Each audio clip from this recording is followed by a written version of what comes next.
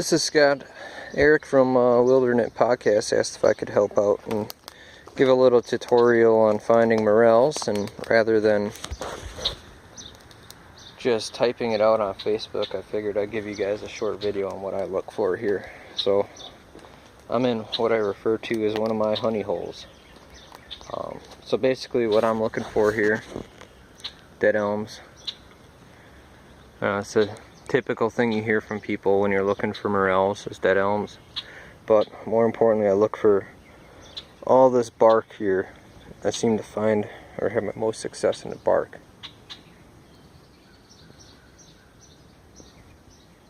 So we're just looking around now. But look in this bark.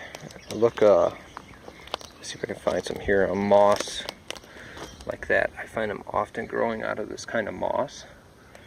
But I'm really careful too when I move things around when I'm looking through this bark, because you'll easily break the tops of the mushroom heads off.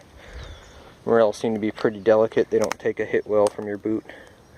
But barren ground doesn't seem to be as productive for me, so areas like this, where you have a lot of bark cover, seem to produce quite a few.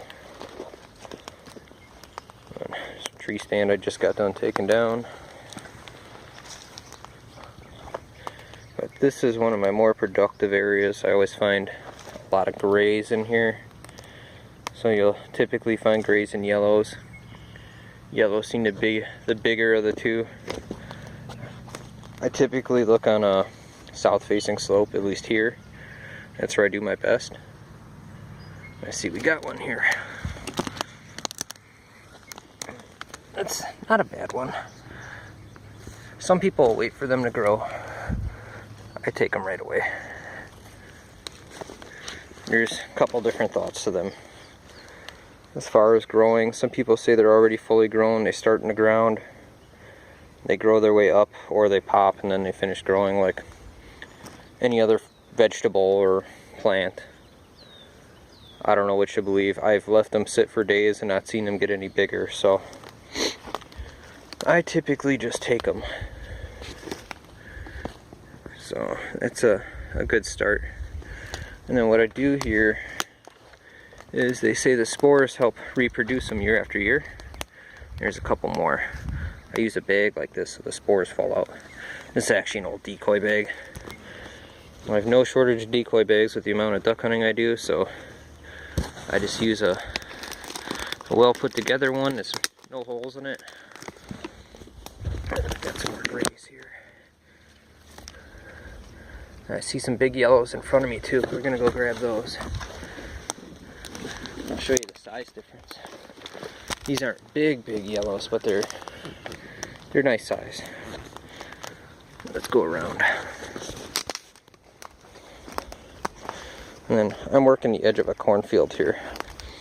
So seems like crops, areas with crops seem to produce well too.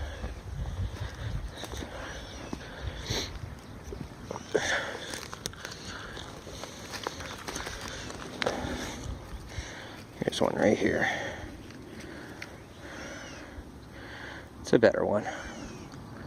So not a huge one, but it's decent.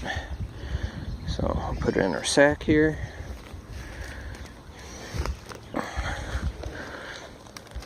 There's another one.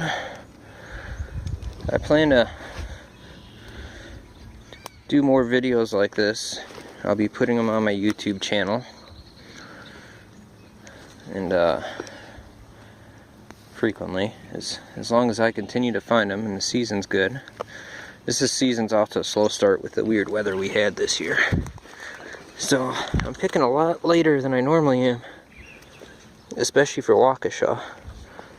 Waukesha usually seems to be one of the first to go. I know guys have been finding them for several weeks now. And here's one that's just coming out of the ground. You can barely see it. I'm gonna leave that one. I know guys have been finding them for a couple weeks now throughout the state. I first started finding them, I think 5 days ago. Well, Eric and I had a discussion about it when I did start finding them, but it's been slow. But it's been nice. It's kept the picking sporadic. We're finding them consistently now. So as long as things stay interesting, we'll keep hunting for them. So I'm gonna let you guys go here. If I start finding some real big yellows, I'll do another video here to show you guys what they look like, where I'm finding them. I find them in a slightly different place than I do these grays most often. But so far so good. So have a good one. We'll be making more of these.